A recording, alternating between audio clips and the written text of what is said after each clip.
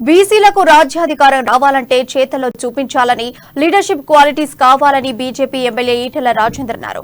హైదరాబాద్ లో బీసీ సమాఖ్య ఆధ్వర్యంలో సంగం సూర్యారావు అధ్యక్షతన బీసీ జర్నలిస్టు సమ్మేళనం కార్యక్రమానికి ఈటెల రాజేందర్ ముఖ్య అతిథిగా హాజరయ్యారు. సమాజంలో రాను రాను చైతన్యం, ఐక్యత తగ్గిపోతుందన్నారు. నాకేంటి అనే పరిస్థితి వచ్చిందని తెలిపారు. ఆ స్థితి మారాలని సూచించారు. ఈ సభ అందుకు చైతన్యం రగిలించాలన్నారు. బీసీ సాధికారత దిశగా బీసీ జర్నలిస్టులు కృషి చేయాలని వ్యక్తులు పలికారు. ఆ కార్యక్రమంలో పాల్గొన్న సీనియర్ జర్నలిస్టులతో మా ప్రతినిధి Raju face to face. BC Samaj ఆధ్వర్యంలో బీసీ జర్నలిస్ట్ సమ్మేళనం అని హైదరాబాద్లో విశ్వేశ్వరయ్య భవన్లో ఈరోజు సమ్మేళనం అయితే నిర్వహించడం జరిగింది. మనతో పాటు తెలంగాణ సీనియర్ జర్నలిస్ట్ విఠల్ గారు ఉన్నారు. ఆయన అడిగి మరిన్ని వివరాలు తెలుసుకుందాం. సార్ నమస్తే. సార్ ఇప్పుడు బీసీ సమ్మేళనం అని పెట్టారు, అంటే బీసీ రాజ్యాధికారం కోసం, అంటే బీసీ ఎంపవరింగ్ అని పెట్టారు కదా, అంటే దీంట్లో దళిత వర్గాలు కానీ లేదంటే బహుజన అన్ని వర్గాలు కలవకుండానే బీసీలకు రాజ్యాధికారం అనేది సాకారం అవుతుందని మీరు అనుకుంటున్నారా?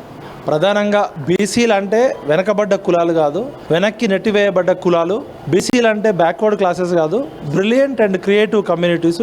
బీసీలు ఉత్పత్తి కులాలు, శ్రామిక కులాలే backbone of this nation. అంటే ఎవరైతే శ్రామిక కులాలు, కష్టపడ్డ కులాలు, చెమట తీసి ఉత్పత్తి చేసే కులాలు ఏవైతే ఉన్నాయో వాటన్నిటికి కూడా క్రియేటివిటీ ఉంటుంది. అయితే ఆ కర్రు నోడిదే బర్రె, నోరు నోడిదే రాజ్యం అన్నట్టు పిడికడి మంది చేతిలో, పెత్తందారుల చేతిలో, ఆధిపత్య కులాల చేతిలో, అగ్రవర్ణాల చేతిలో, అది కూడా కొంతమంది ధనికుల చేతిలో ప్రజాస్వామ్యం బందీ అవుతున్నప్పుడు 55% సమాజంలో సగభాగం పైన ఉన్న మహిళలకి అన్యాయం జరుగుతుంది, సమాజంలో సగభాగం పైన ఉన్న బీసీలకు అన్యాయం జరుగుతుంది. రాజ్యాంగబద్ధంగా అంబేద్కర్ గారి కృషి వల్ల కానీ, రాజ్యాంగం ప్రసాదించిన హక్కుల వల్ల ఎస్సీ ఎస్టీలకి విద్యా, వైద్యం, రాజకీయ రంగాల్లో కూడా రిజర్వేషన్ ఉండడంతో 75 సంవత్సరాలలో దళితుల్లో, ఎస్సీ ఎస్టీలలో చైతన్యం వచ్చింది. కానీ ఈ సమాజంలో సగభాగం ఉన్న బీసీలలో రాజకీయ చైతన్యం కానీ, రాజ్యాధికార అవగాహన కానీ లేదు ఇప్పటికీ కూడా. ఈ 130 కులాలలో కేవలం ఒక 5-6 కులాలకు చెందిన వాళ్ళు మాత్రమే చట్టసభల్లో కనబడుతున్నారు. వై బీసీ జర్నలిస్ట్ అన్న సమ్మేళనం ఏర్పాటు చేశారు. దీంట్లో ఎస్సీ ఎస్టీలను ఎందుకు కలుపుకెళ్ళట్లేదు, బహుజనులంతా కలిసి ముందుకు వెళ్లాల్సిన అవసరం ఉంది కదా అన్నది ఒక అంశం కనిపిస్తుంది.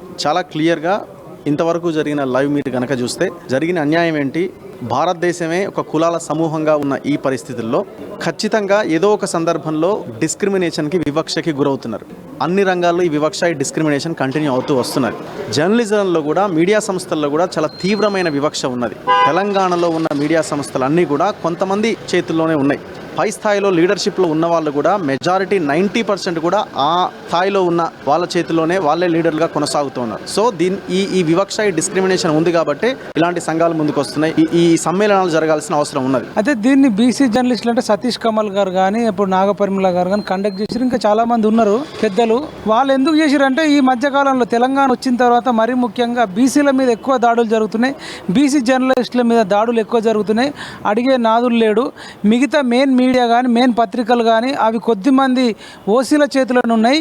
బీసీల కోసం అసలు గొంతు లేదు కాబట్టి బీసీలందరినీ ఒకతాటికి తీసుకొచ్చి ఏ బీసీ కన్నా, ఏ బీసీ జర్నలిస్ట్ కన్నా ఏదన్నా కష్టం వచ్చినా, నష్టం వచ్చినా మేము ఉన్నామని చెప్పి ప్రభుత్వానికి హెచ్చరించడానికి, అదేవిధంగా కొద్దిమంది దుర్మార్గులు ఉంటారు కదా వాళ్ళందరికీ కూడా హెచ్చరించడానికి ఈ బీసీ జర్నలిస్టుల సంఘం ఒకటి ఇలా సభ పెట్టడం జరిగింది. దీన్ని మేము స్వాగతిస్తున్నాం, సంతోషపడుతున్నాం. బీసీ జర్నలిస్ట్ సమ్మేళనంలో పాల్గొన్న ప్రతి ఒక్కరు కూడా ఒకటే మాట చెప్తున్నారు, బీసీలకు ఖచ్చితంగా రాజ్యాధికారం రావాలి, అది బీసీ జర్నలిస్టులతోనే సాధ్యమవుతుందని కూడా చెప్తున్నారు. వీడియో జర్నలిస్ట్ నరసింహతో రాజు, అమ్మాని, హైదరాబాద్.